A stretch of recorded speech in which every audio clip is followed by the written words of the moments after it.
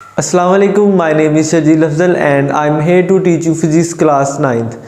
आज हम physics chapter number 1 physical quantities and measurement के टॉपिक नंबर 1.6 मेजरिंग इंस्ट्रूमेंट का जो सब टॉपिक है हमारे पास स्क्रू गेज को डिस्कस करेंगे।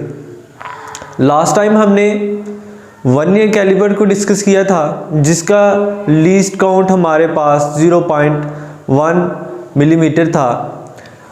ये अब हम स्क्रू गेज को डिस्कस करेंगे कि स्क्रू गेज कहाँ इस्तेमाल होता है और इसकी ज़रूरत क्यों है।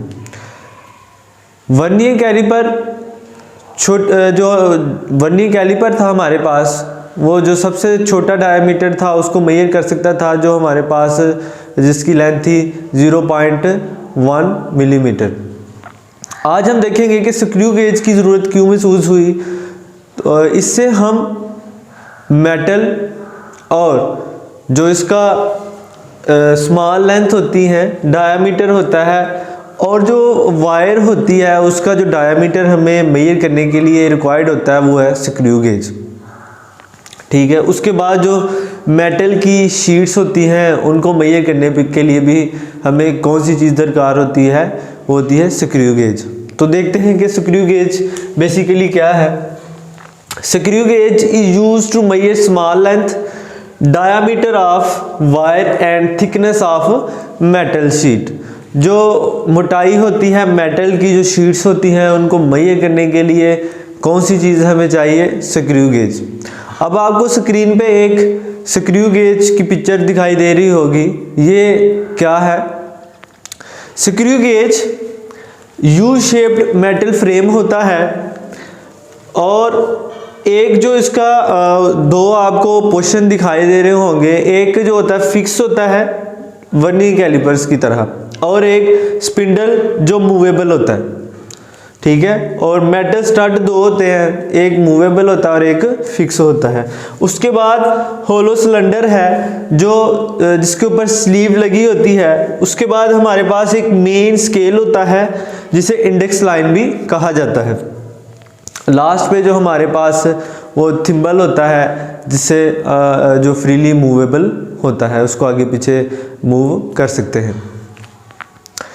तो अब हम देखते हैं कि कंस्ट्रक्शन में हमारे पास यू शेप्ड मेटल एक फ्रेम होता है, जो मेटल स्टड होता है।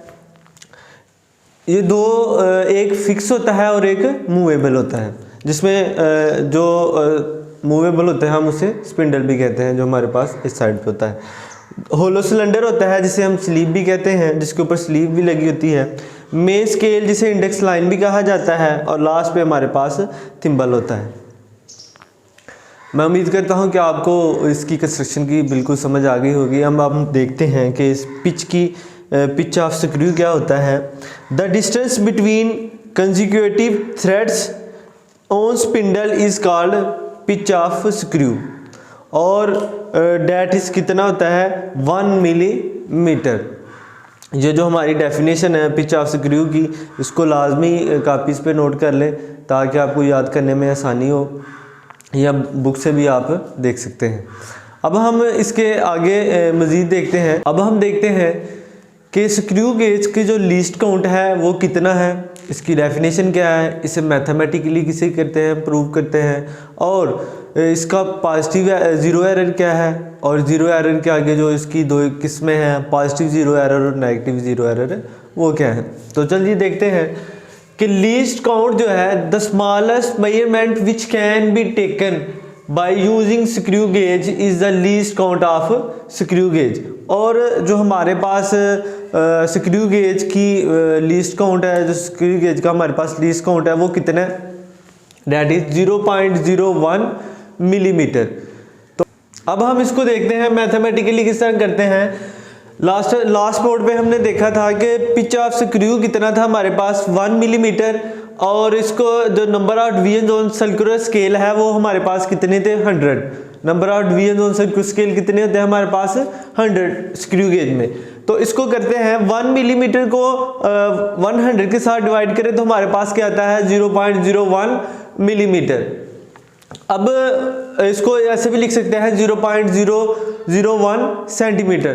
तो कुछ बच्चों के जहन में ये क्वेश्चन पैदा होता है कि 1 मिलीमीटर को, जो हमारे पास 0.01 मिलीमीटर है, उसको 0.001 सेंटीमीटर में किस तरह आगे लिखते हैं। तो इसको करने के लिए हमने लास्ट टाइम वर्नियर कैलिपर का जो हमारा लीस्ट काउंट था उसको मैथमेटिकली करते हुए हमें इसे अप्रूव किया था।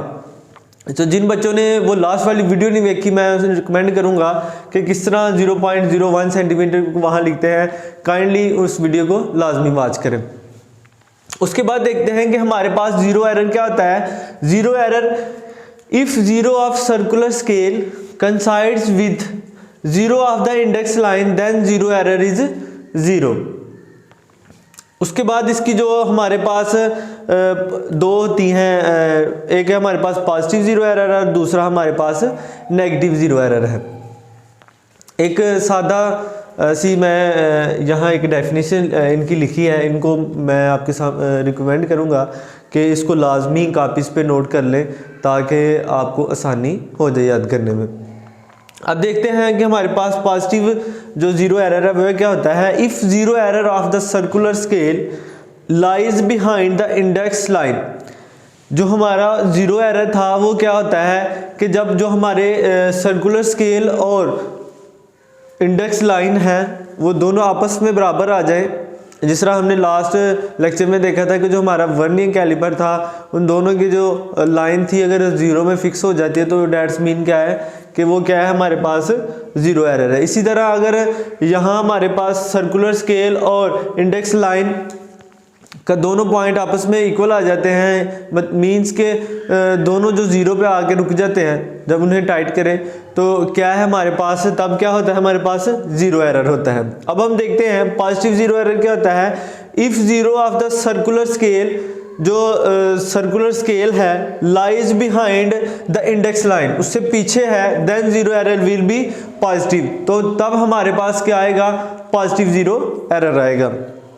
इसके बाद हम देखते हैं नेगेटिव जीरो एरर क्या होता है। If zero of circular scale crosses the index line then zero error will be negative, जो हमारी इंडेक्स लाइन है उसको जो ही क्रॉस करता है तो तब हमारे पास क्या आता है, नेगेटिव जीरो एरर। तो आज के लेक्चर को यहाँ ख़त्म करते हैं। मैं उम्मीद करता हूँ कि आज के जो हमारा लेक्चर था, स्क्रू गेज की डेफिनेशन, इसका लीस्ट काउंट क्या होता है, इसकी कंस्ट्रक्शंस क्या होती हैं, इसका जो लीस्ट काउंट इसको मैथमेटिकली किस तरह प्रूव करते हैं, और जो इधर मैंने आपको आगे भी रिकमेंड किया कि आपको इसमें चेंज 1 मिलीमीटर को सेंटीमीटर में चेंज करने के लिए क्या करना पड़ता है। तो मैं रिकमेंड करूँगा जो हमारी लास्ट वीडियो थी वर्नियर कैलिपर, इसको लाजमी वॉच करें। उसके बाद हमारे पास जो ज़ीरो एरर होता है, इसको आगे मज़ीद कितनी किस्मों में तकसीम किया गया है, पॉजिटिव ज़ीरो एरर और negative zero error. Positive zero error और नेगेटिव ज़ीरो एरर क्या होता है, इसकी डेफिनेशन क्या है, मैं ये सारी आपके सामने बयान किया है और आप इसको नोट भी लाजमी कर लें। इंशाल्लाह नेक्स्ट लेक्चर में मिलते हैं, तब तक के लिए अल्लाह हाफिज़।